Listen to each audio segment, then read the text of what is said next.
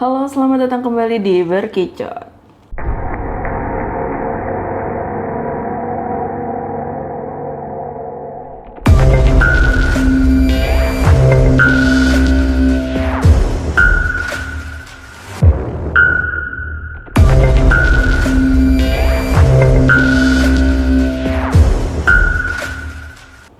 Halo guys, balik lagi sama gue Po Meta di sini di Berkicot episode intis kali ini. Seperti biasa, gue nggak sendirian karena gue juga akan ditemenin sama Bang Endo yang di belakang kamera nih.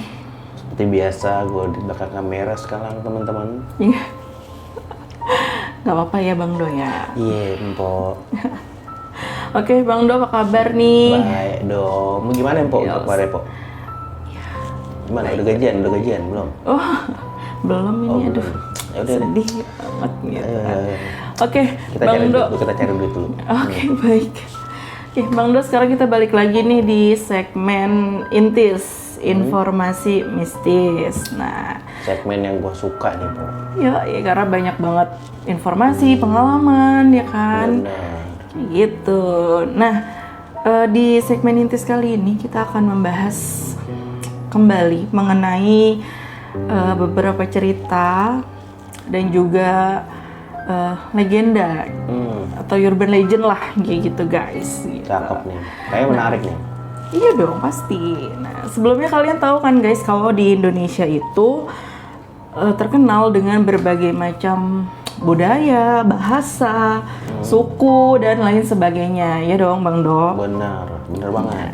Dan di Indonesia ini juga memiliki berbagai cerita legenda yang menarik nih guys dari berbagai macam daerah gitu. Nah, salah satu cerita legenda yang begitu amat terkenal dan sosok ini itu juga kerap disandingkan dengan Ratu Laut Pantai Selatan. Nah, pasti kalian udah nggak asing lagi dong. Benar. Gue tahu nih. Dengan sosok ini.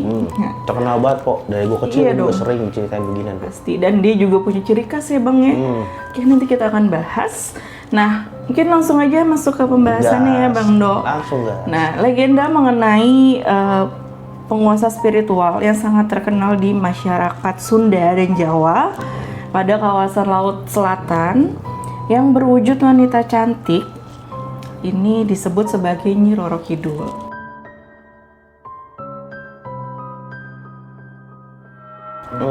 Nah, legenda ini berasal dari kerajaan Sunda Pajajaran dari abad ke-15 yang berumur lebih tua dari legenda kerajaan Mataram pada abad ke-18 nih.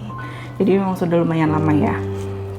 Nah, namun menurut penelitian antropologi dan kultur masyarakat Jawa, banyak mengarahkan legenda Ratu Selatan Jawa kemungkinan berasal dari kepercayaan animistik prasejarah yang jauh lebih tua lagi, yaitu Dewi Prahindu Buddha dari Samudra Selatan. Dipercaya ombak di Samudra Hindia pantai selatan Jawa yang terkenal sangat ganas nih mulai dari badai hingga tsunami, dipercaya telah membangkitkan rasa hormat dan takut pada kekuatan alam. Dan banyak yang menganggap sebagai alam spiritual para dewata serta lelembut yang telah menjadi penghuni laut selatan yang dipimpin oleh ratu mereka. Nah, sesosok dewi yang kemudian diidentifikasikan sebagai Ratu Kidul atau Ratu Pantai Selatan. Nah, untuk Ratu Pantai Selatan ini banyak masyarakat umumnya selalu menuju kepada satu sosok, yaitu Nyi Roro Kidul. Tapi sebenarnya sebutan dari Ratu Pantai Selatan ini tertuju pada dua sosok nih Bang Do, yaitu ada Nyi Roro Kidul dan juga Kanjeng Ratu Kidul. Yang dimana? Dua orang beda emang, Bu? Iya, jadi Nyi Roro Kidul dan Kanjeng Ratu Kidul itu adalah dua sosok yang berbeda. Baru tahu gue kira itu cuma sosoknya itu satu doang. Enggak, ternyata berbeda. Kayak gitu. Lanjut. Oke, nah karena ini ada perbedaan, jadi kita akan bahas dulu ya untuk satu-satu. Yang pertama kita akan bahas mengenai Kanjeng Ratu Kidul. Kanjeng Ratu Kidul dipercaya sebagai roh suci yang mempunyai sifat mulia dan baik hati ini. Dia juga dipercaya berasal dari langit yang paling tinggi. Menurut beberapa orang, sosok Kanjeng Ratu Kidul ini turun ke berbagai tempat di dunia namun pada zaman yang berbeda-beda. Nah, tujuan dari dia menampakkan dirinya yaitu untuk memberikan isyarat atau peringatan akan datangnya kejadian-kejadian penting atau musibah. Kayak gitu. Nah, di dalam mitologi Jawa, Kanjeng Ratu Kidul merupakan ciptaan Dewa Kaping Telu yang mengisi alam kehidupan sebagai Dewi Padi atau Dewi Sri dan dewi-dewi lainnya. Kayak gitu. Jadi dia ciptaan, Po. Iya. Menurut Konon dalam tadi. mitologi Jawa seperti itu, gitu. Lanjut, Po. Oke, lanjut. Dan Kanjeng Ratu Kidul ini juga dipercaya memiliki kuasa atas ombak besar Samudra Hindia dan yang ternyata di sana itu juga merupakan istananya dia. Kayak gitu. Ya maka dari itu ada istilahnya dinamakan ratu ya. Iya Karena punya benar. istana tuh. Betul. Nah, menurut kepercayaan Jawa, ia merupakan istri spiritual para raja dari Mataram hingga keturunan raja di Surakarta dan Jogja. Dan juga nih Bang, pada saat-saat tertentu ya, keraton ini seringkali memberikan persembahan ini di Pantai Parakusuma Bantul, Yogyakarta. Dan juga ada panggung yang dipercaya ini salah satu panggung yang bernama Sangga Buana di salah satu komplek keraton, dan tempat ini dipercaya itu sebagai tempat bertemunya para raja dan juga Ratu Kidul ini untuk melakukan persembahan. Jadi tuh menurut ceritanya itu di istana Pantai Selatan ini ada raja ratu gitu. Iya, jadi para raja yang dahulu itu dia jika ingin bertemu dengan si Ratu Kidul ini, maka dia bisa bertemu di panggung Sangga Buana. Kayak gitu. Iya, istilahnya di sana itu adalah tempat bertemunya para raja dan juga si Ratu Kidul ini. Kayak gitu. Lanjut, Po. Sultan Hamengkubuwono IX ini pernah menggambarkan pengalaman pertemuan spiritualnya dengan sang ratu. Dan dia bilang kalau sang ratu ini itu berubah jadi wanita cantik di malam bulan purnama. Tapi berarti sebelum dia berubah jadi wanita cantik, dia wujudnya apa sebenarnya? wujudnya ya wanita biasa aja. Maksudnya jadi lebih cantik. Iya, jadi perempuan muda yang lebih cantik lah, kayak gitu. Nah, tapi dia juga bisa menjadi wanita tua di waktu-waktu tertentu nih, atau di waktu-waktu yang lain, kayak gitu. Oke. Terus, Po? Nah, pengamat sejarah juga meyakinkan ini akan adanya keyakinan kalau Kanjeng Ratu Kidul ini memang dibuat untuk melegitimasi kekuasaan dinasti kerajaan Mataram di masa itu. Kayak gitu. Nah, itu tadi penjelasan tentang si Kanjeng Ratu Kidul gitu. Ini Kanjeng Ratu Kidul nih. Iya, Kanjeng Ratu Kidul nih. Berarti yang Nyi Roro Kidul beda lagi. Beda lagi, nanti akan kita bahas. Lanjut, Po. Nah, terus pasti kalian akan nanya kan nih, terus apa sih hubungannya si Kanjeng Ratu Kidul dengan Nyi Roro Kidul? Ya nggak sih, pasti lo juga bertanya-tanya kan? Oh, ternyata ini ada hubungannya? Iya, ada hubungannya. Lanjut, Po. Makanya gue penasaran nih, Po. Jangan lama-lama, Po. Nah, kenapa juga banyak yang mengaitkan si sosok Nyi Roro Kidul ini dengan Kanjeng Ratu Kidul sebagai sosok penguasa Ratu Pantai Selatan? Padahal sebenarnya tuh ya kedua sosok ini kan berbeda ya kan. Tadi penjelasan di awal gitu. Nah, jadi dalam kepercayaan orang Jawa, Kanjeng Ratu Kidul ini memiliki pembantu setia atau bawahan setia, yaitu Nyi Roro Kidul. Oh, jadi itu Kanjeng Ratu Kidul bawahannya Nyi Roro Kidul. Iya, jadi si Nyi Roro Kidul ini dipercaya sebagai bawahan atau istilahnya apa? Pembantu yang setia dari si Kanjeng Ratu Kidul ini. Oke. Gitu. Lanjut, Po. Nah, dalam mitologi Jawa, Nyi Roro Kidul ini mulanya merupakan seorang putri dari kerajaan Sunda yang dirinya ini diusir oleh ayahnya sendiri karena ulah ibu tirinya. Kedudukan dari Nyi Roro Kidul ini sebagai Ratu Lelembut Tanah Jawa ini juga menjadi cerita rakyat nih pada masa itu gitu. Dan juga si Nyi Roro Kidul ini dikenal dengan berbagai nama yang mencerminkan berbagai kisah berbeda. Baik dari asal-usulnya, kemudian legendanya, mitologinya, dan asal turun-temurunnya dia. Gitu. Nah, yang pertama ini ia dipanggil dengan sebutan Ratu Laut Selatan dan Gusti Kanjeng Ratu, yang dimana pada kepercayaan adat istiadat Jawa, kalau gelar seperti Nyai, Gusti, Kanjeng itu menyebutkannya sangat penting untuk kesopanan, kayak gitu. Silsilah kerajaan dah. Iya benar. Nah juga banyak orang yang menyebutkan namanya ini sebagai Nyai Loro Kidul. Nyai Loro, oke. Loro Kidul ya, Nyai Loro Kidul. Yang dimana bahasa Jawa Loro itu berarti dua, tapi ada arti lain juga. Yang Loro itu artinya sakit atau menderita. Jadi kalau Loro itu dua, Loro sakit atau menderita, kayak gitu ya. Nah, dan ada juga yang menyebutkan sebagai Nyai Roro Kidul. Sementara bahasa Jawa Rara atau Roro itu artinya adalah anak gadis. Kayak gitu. Nah, jadi menurut seorang ortografer Belanda, kata tersebut ini mengalami perubahan nih Bang. Yang dari Jawa kuno Roro menjadi Jawa baru, yaitu Loro. Sehingga terjadi perubahan arti juga nih dari gadis cantik berubah menjadi orang yang sakit atau menderita. Kayak gitu. Nah, dari kedua sebutan nama tersebut ini tertuju kepada satu sosok, yaitu Nyi Roro Kidul. Gitu. Nah, sekarang kita akan bahas nih untuk mengenai asal usul dari Nyi Roro Kidulnya.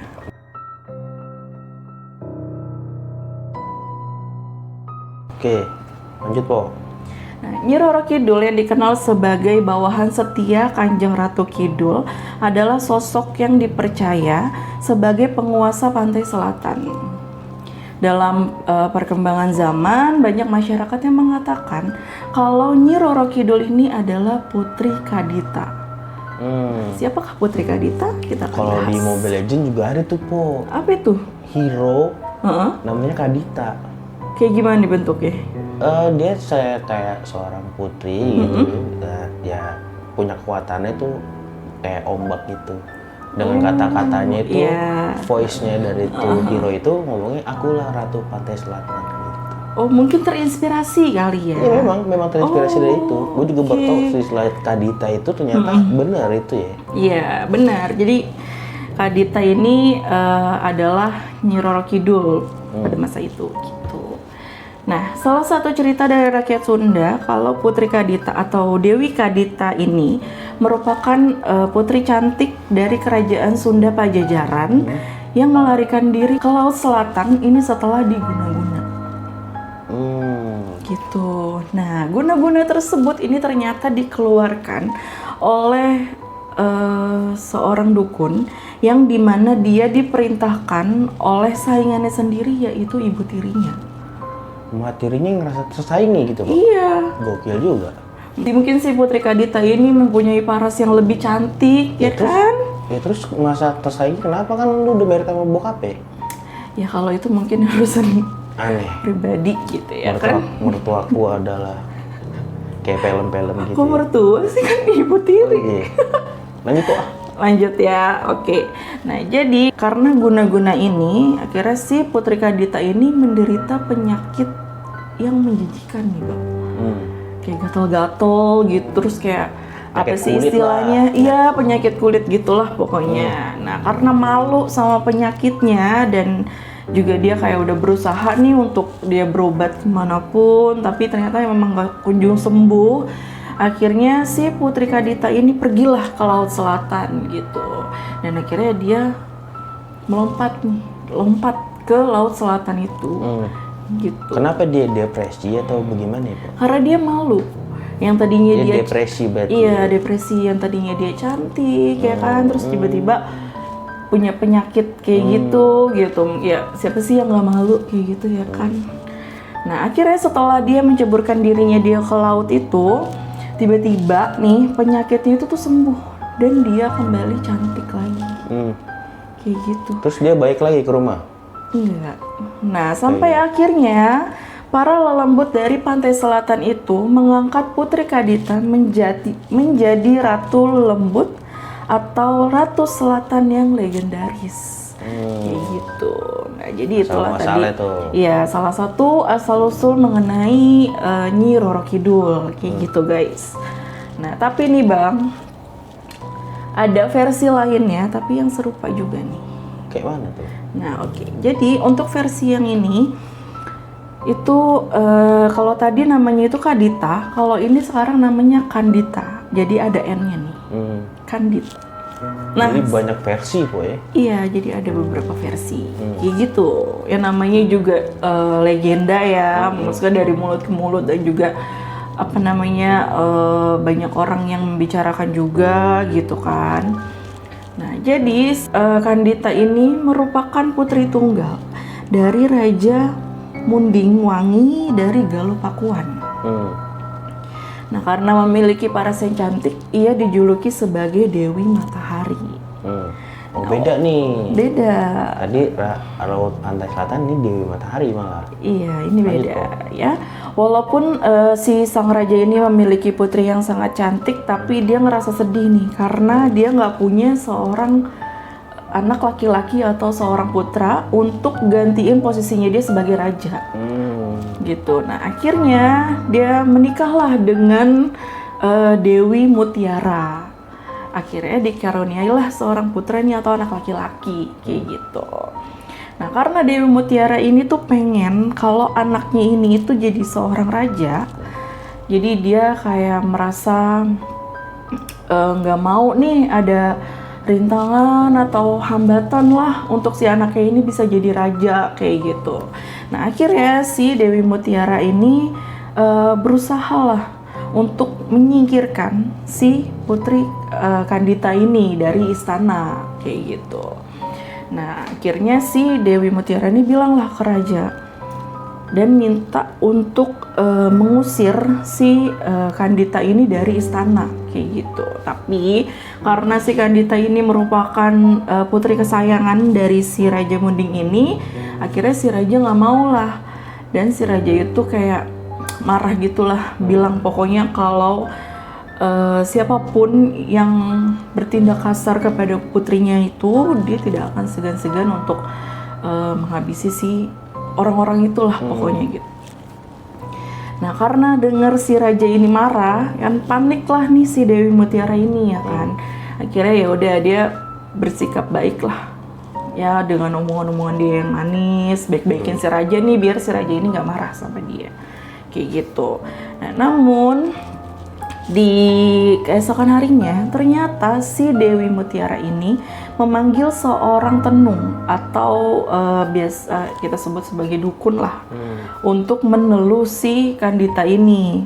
Nah, tiba di malam hari ternyata pada saat si Kandita tidur tiba-tiba dia terbangun karena badannya dia itu gatal-gatal.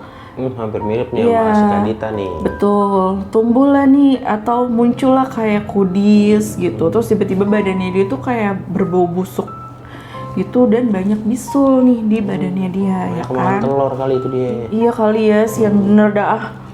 Sian banget ya. Putri makan telur.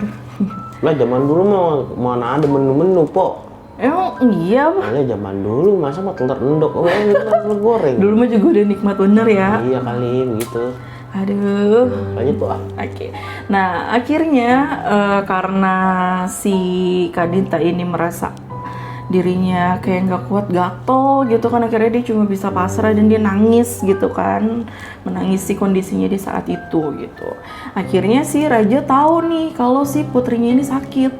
Nah, dia panggil lah nih beberapa tabib untuk ke istana untuk berusaha lah nih mengobati si Kandita ini gitu. Karena menurut raja si Kandita ini tuh menderita penyakit itu kayak penyakit yang gak wajar gitulah gitu ya kan. Mestinya sih lu tiba-tiba keadaannya langsung kayak gitu gitu kan.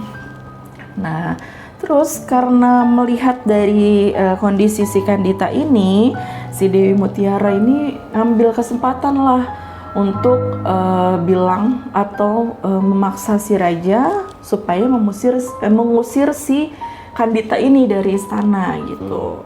Karena menurutnya si Kandita ini dianggap akan mendatangkan kesialan lah. Karena kondisinya dia yang saat itu gitu. Jadi bukannya disembuhin malah dianggap kayak sebagai kesialan kayak gitu. Wah, bahaya. Lucy berarti. Parah nih. Sialan. Oke, lanjut.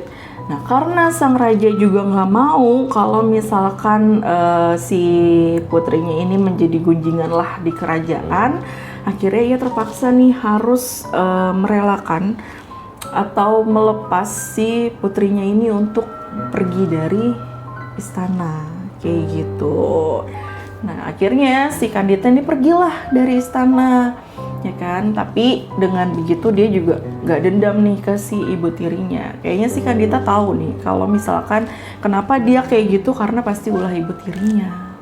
Kayak gitu. Kelihatan lah sifatnya. Iya, gitu. Sifatnya bener. Nah, tapi walaupun dia gak dendam, dia minta untuk si Sang Hyang Kersa atau putra dari si ibu tirinya ini untuk menemani dia nih, dan juga ya ikut menanggung lah penderitaan dari si Kandita ini gitu. Namun karena yang tadi si Kandita ini kan udah dengan penyakitnya dia yang berbau busuk gitu, akhirnya si putra ini nggak tahan, akhirnya ninggalin lah si putri Kandita ini sendirian gitu. Nah, setelah si putri Kandita ini berjalan sendirian nih selama hampir 7 hari 7 malam, tibalah dia nih di Samudra Selatan.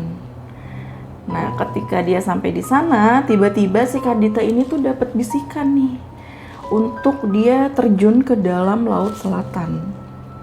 Nah, akhirnya karena dia dengar bisikan itu, terjunlah dia nih ke Laut Selatan itu, gitu. Dia berenang di sana, dan karena pada saat itu ya, jadi tuh si Samudra Selatan ini tuh air lautnya tuh berbeda dari air laut samudra yang lain. Gitu. Bedanya, Bu? Ini dia lebih jernih, lebih bersih, kayak karena gitu. Dulu nggak ada yang buang sampah sembarangan. Iya, kan? mungkin bener. Belum ada ini juga Pandawara kali ya. Lanjut, oke. Nah, karena dia melihat airnya ini bersih dan jernih, pas dia lagi berenang di sana, ternyata penyakit yang dia derita itu hilang. Tiba-tiba hilang tuh? Tiba-tiba hilang. Itu yang tadinya bisul-bisul, kudis, bau busuk itu tuh hilang. Dan dia jadi wanita cantik kembali. Kayak gitu. Nah, setelah dia sembuh dia pulang? Kalau di versi yang ini, enggak juga? Enggak, jadi karena sampai akhirnya si Kandita ini dipercayalah sama penguasa laut itu ya, beberapa penguasa laut itu, bahwa dia memiliki kuasa atas Samudra Selatan, dan dia juga disebut sebagai dewi dari Samudra Selatan tersebut, yaitu Nyi Roro Kidul, kayak gitu. Berarti yang satu Kandita, yang satu Kandita. Iya benar, kayak gitu. Nah itu tadi mengenai beberapa asal-usul dari si Nyi Roro Kidul ini, Bang. Kayak gitu. Memang agak ini ya, apa sih namanya, banyak ya penjelasannya. Tapi memang begitu adanya ya guys ya, dari hasil risetnya. Ya mungkin karena zaman dulu penafsiran ya mungkin ya. Bisa jadinya jadi banyak versi gitu. Ada yang bilang tadi gadis, ada yang bilang gadis wanita yang luka gitu, kayak orang yang luka gitu. Kayak gitu. Jadi secara keseluruhannya yang gue nilai di sini, berarti si Kanjeng Ratu Selatan atau Kandita ini, dia itu tidak mempelajari ilmu hitam ya, namun kayak seperti dipilih seperti itu. Iya benar. Oke, nah Tadi kan kita udah bahas nih mengenai asal-usulnya ya kan. Nah, sekarang kita akan bahas mengenai legenda dan kepercayaan mengenai Nyi Roro Kidul. Oke, lanjut Po. Ini Nah, mantap. jadi Nyi Roro Kidul ini dikenal sebagai patih atau bisa disebut sebagai bawahan setia dari Kanjeng Ratu Kidul. Nah, yang dimana ia juga ditugaskan untuk memimpin bala tentara makhluk halus yang ada di Laut Selatan. Nah, ada seorang kiai yang bernama Kiai Iman Sampurno yang berasal dari Blitar, Jawa Timur pada abad ke-19. Ini juga mengeluarkan ramalan bahwa Nyi Roro Kidul dan Sunan Lawu atau bisa disebut sebagai roh penghuni dari Gunung Lawu akan memimpin bala tentara yang dimana masing-masing akan menyebarkan wabah kepada orang-orang yang berperilaku buruk. Jadi kayak gitu. Apa ya? Kayak penuntutan balas yang buruk lah gitu. Iya, benar kayak gitu. Apakah karena dia latar belakangnya sering diperlakukan buruk atau bagaimana? Mungkin karena nyambung sama yang tadi kali ya, yang dia mendapatkan teluh atau Jadi dia kayak sesuatu yang nggak baik dari sang ibu tirinya. jadi dia kayak nggak suka sama orang jahat aja gitu kali. Iya mungkin, atau orang-orang yang berperilaku buruk lah. Kayak gitu. Make sense. Lanjut Po. Oke. Nah, selain itu ada juga nih yang mengaitkan legenda Nyi Roro Kidul dengan Nyi Blorong. Nah, jadi Nyi Blorong ini adalah seorang seorang ratu juga yang berparas cantik gitu, tapi dia ini setengah manusia itu setengah hewan gitu. Maksudnya dari muka sampai ke pinggang, iya perwujudannya itu adalah manusia, tapi dari pinggang sampai ke bawah perwujudannya itu adalah berbentuk seperti ular. Kayak gitu. Iya, ular atau ikan kayak gitu. Ikan. Ular atau ikan. Jadi wujudnya itu dia berbentuk seperti ular atau ikan. Kalau duyung gue masih bisa bayangin dah. Iya kayak gitulah. Kalau ikan, gitu. ya coba kalau bayangin separuhnya ikan lele gitu. Iya berpikirnya atau berimajinasinya seperti duyung aja lah, kayak gitu ya teman-teman. Mermaid. Iya, mermaid benar. Nah, ternyata terkadang nih ya, si Nyi Roro Kidul ini tuh dipercaya dapat berubah wujud nih Bang. Nah, jadi kadang ia digambarkan itu sebagai putri duyung. Seorang putri duyung atau Nyi Blorong apa Nyi Roro Kidul nih? Nyi Roro Kidul. Jadi si Nyi Roro Kidul ini tuh dia bisa berubah wujud nih. Jadi menyerupai seperti si Nyi Blorong ini gitu. Atau kita lebih gampangnya sebutnya sebagai seorang putri duyung aja kali ya. Maksudnya kalau manusia setengah ular tuh kayak gimana gitu ya kan? Nyi Roro Kidul aja nyebutnya. Iya benar. Jadi kayak seorang putri duyung dengan tubuh bagian bawah itu ya berwujud seperti ikan. Jadi si Kanjeng Kadita ini bisa meniru Nyi Blorong. Nyi Roro Kidul aja kita sebutnya. Oke. Gitu. Ya guys. Nah ini kan yang namanya legenda ya Bang, maksudnya kisah dari mulut ke mulut gitu, mitos-mitosnya gitu kan. Cosplay deh. Iya cosplay gitu. Dia cosplay menjadi si seorang putri duyung ini gitu, menyerupai Nyi Blorong lah kayak gitu. Nah dan dia ini juga memiliki paras yang cantik sih pastinya ya kan, karena Nyi Blorong kan juga cantik kayak gitu. Dan dia dipercaya dapat mengambil jiwa siapapun yang dia inginkan kayak gitu. Jadi dia untuk mengambil jiwa seseorang itu berubah wujud menjadi si Nyi Blorong ini. Iya, menjadi sosok seperti putri duyung kayak gitu. Mungkin kayak kamuflase, menjebak atau menginginkan orang-orang yang berniatan buruk kali. Iya, bisa seperti itu, bisa disebutkan seperti itu. Lanjut. Guys, nah ini yang terakhir yaitu mungkin kalian juga pasti sudah pada tahu legenda larangan memakai baju berwarna hijau. Udah nggak asing nggak sih? Berarti partai P3 nggak boleh ke sono kok. Kenapa? Mana hijau tuh partai? Mana terang gitu.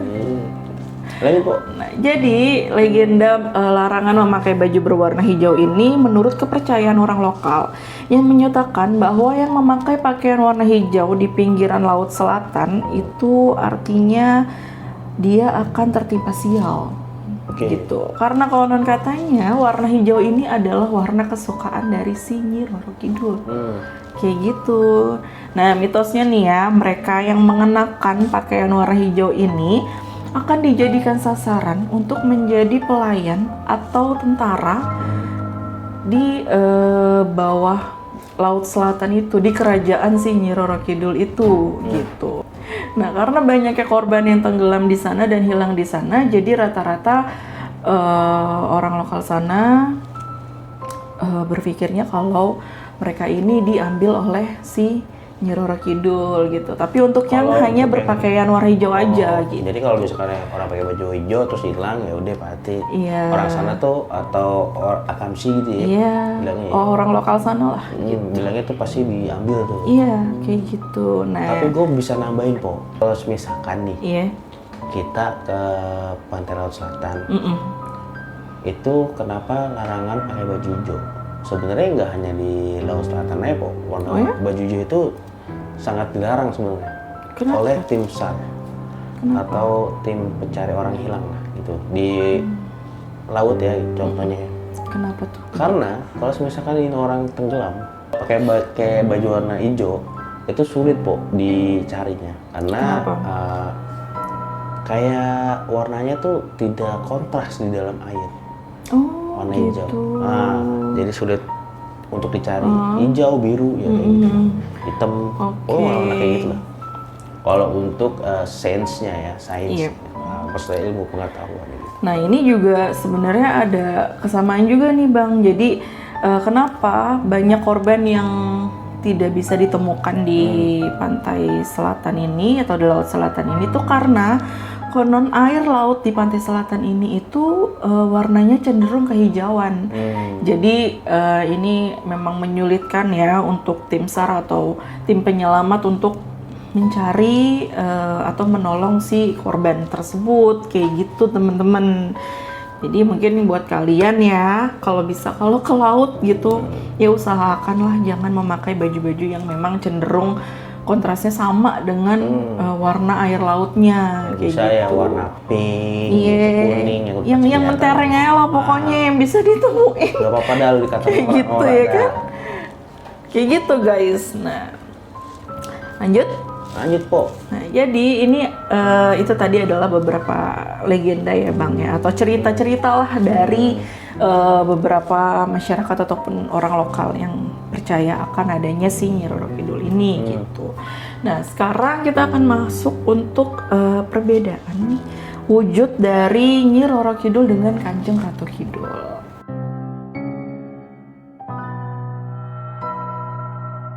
Oke, nah secara singkat sebenarnya Kanjeng Ratu Kidul ini merupakan roh suci dan keturunan langsung dari para dewa, gitu. Nah, dan si Nyi Roro Kidul ini merupakan putri kerajaan Sunda yang menyatu dengan pantai selatan karena sebuah perjanjian. Oke. Gitu. Oh, jadi itu selama ini ada perjanjiannya gitu? Menurut dari mitologinya seperti itu. Oh, mungkin perjanjiannya karena tadi kan dia mendengar kayak ada bisikan-bisikan gitu kan si Putri Kadita. Sini lu masuk ke air gini, ntar udah lu sembuh gitu. Mungkin dia mendengar bisikannya seperti itu. Masuk gitu. Ya, gitu. That's why mungkin dia nggak balik ke rumah karena perjanjian itu. Iya, bisa jadi dia sudah terikat ya kan, dia udah jadi miliknya dari si Ratu Selatan itu gitu. Nah, terkait dari status kedua sosok ini, jadi Nyi Roro Kidul ini merupakan tadi seperti yang udah kita jelasin ya, dia adalah patih atau bawahan dari Kanjeng Ratu Kidul, ini yang merupakan penguasa pantai selatan gitu. Dan ternyata Nyi Roro Kidul ini juga diyakini sebagai ratu dari para makhluk halus yang bersemayam di pantai selatan itu, Bang. Kayak gitu. Wah, menarik banget. Nah, jadi untuk penjelasannya seperti itu teman-teman. Tadi kita udah bahas mengenai asal usulnya, terus juga tadi ada beberapa teori mengenai asal usul dari Nyi Roro Kidul.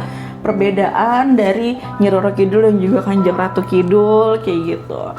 Sebenarnya banyak teman-teman ya, maksudnya penjelasan dari berbagai macam sumber. Tapi mungkin kalau nanti kita ada kesempatan kita bisa bahas lagi ya Bang.